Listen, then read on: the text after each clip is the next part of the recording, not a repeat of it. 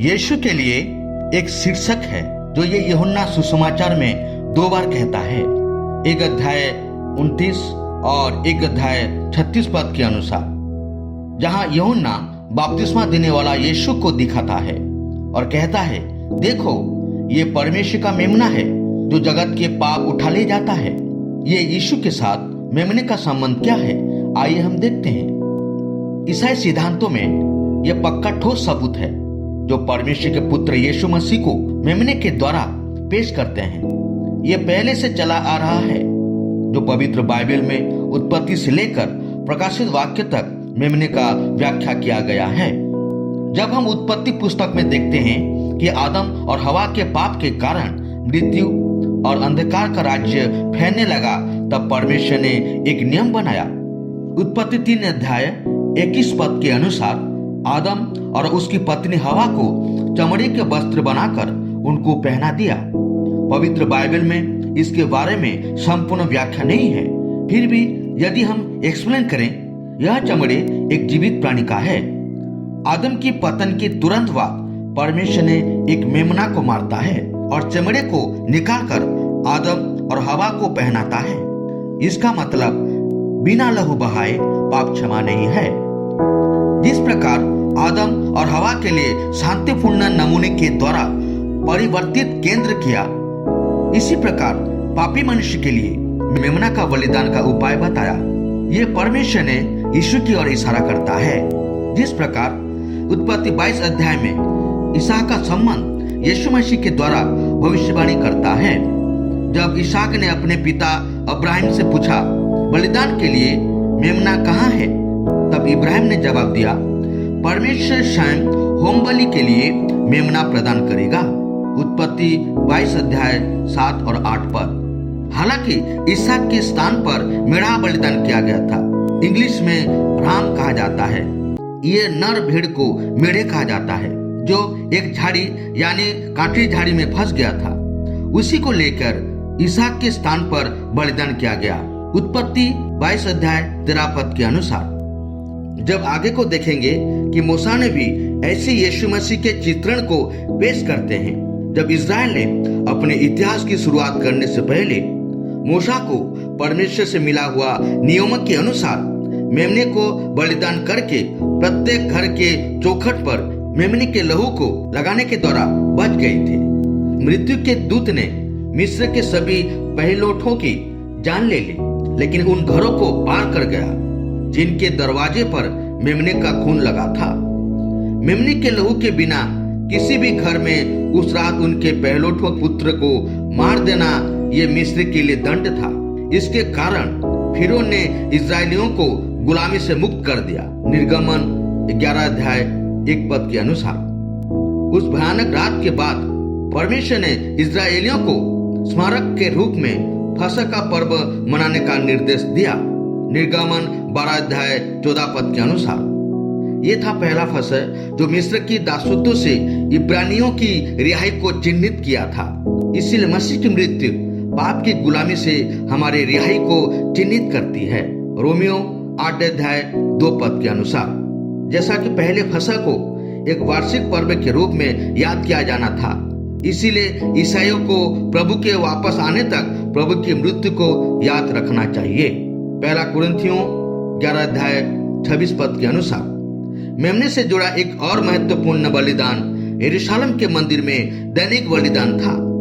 Bible के अनुसार जब एक व्यक्ति पाप करता था तो वे एक मेमने को बलिदान करने के लिए मंदिर में ले जाते थे। हर सुबह और शाम को मंदिर में लोगों के पापों के लिए एक मेमने की बलि दी जाती थी। निर्गमन 29 अध्याय 38 से 42 पद के अनुसार।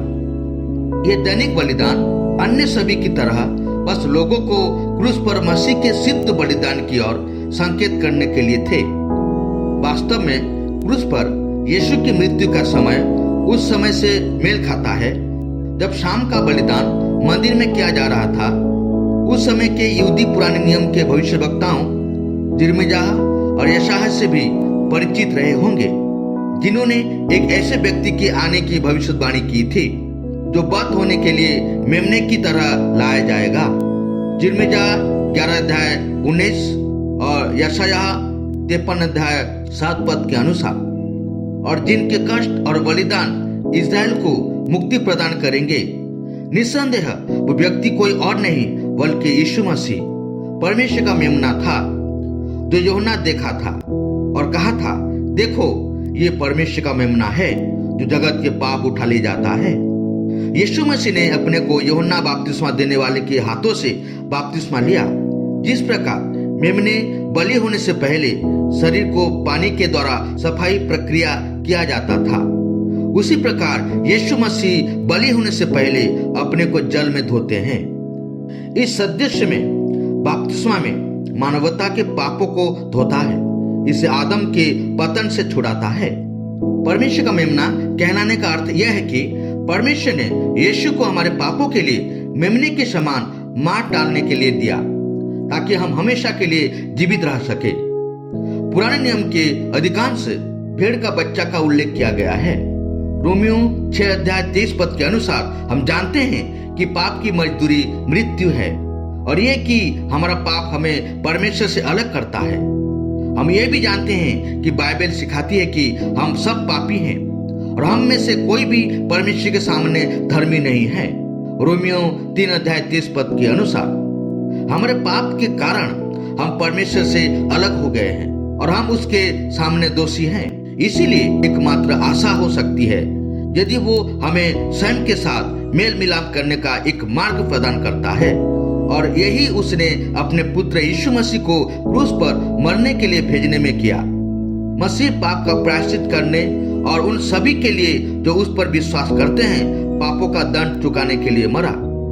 जिस प्रकार पुराने नियम के अपने पाप से मुक्त होने के लिए मेमना को लेते हैं और उसी के सिर पर हाथ रखकर पाप क्षमा के लिए अपने को अंगीकार करते हैं, उसी प्रकार यीशु को प्रभु मानकर अपने पाप के लिए क्षमा मांगते हैं, तब हम पाप से बच जाते हैं। ये पाप के लिए परमेश्वर के सिद्ध बलिदान के रूप में क्रूस पर उनकी मृत्यु और 3 दिन बाद उनके पुनरुत्थान के माध्यम से है कि हम अब अनंत जीवन प्राप्त कर सकते हैं। यदि हम उन पर विश्वास करते हैं, तथ्य यह है कि परमेश्वर ने स्वयं हमारे पापों के प्रायश्चित के लिए मेमने को, यीशु मसीह को हमारे लिए भेंट प्रदान की है, जो महिमामय सुसमाचार का हिस्सा है, जिसे पहला पतरस 1 अध्याय 18 से 21 पद के अनुसार, क्योंकि तुम जानते हो कि तुम्हारा निकम्मा चाल चलन जो पूर्वों से चला आता है, उसके तुम्हारा छुटकारा चांदी सोने अर्थात नाशवान वस्तु के द्वारा नहीं हुआ, पर निर्दोष और निष्कलंक मेमने अर्थात मसीह के बहुमूल्य लहू के द्वारा हुआ।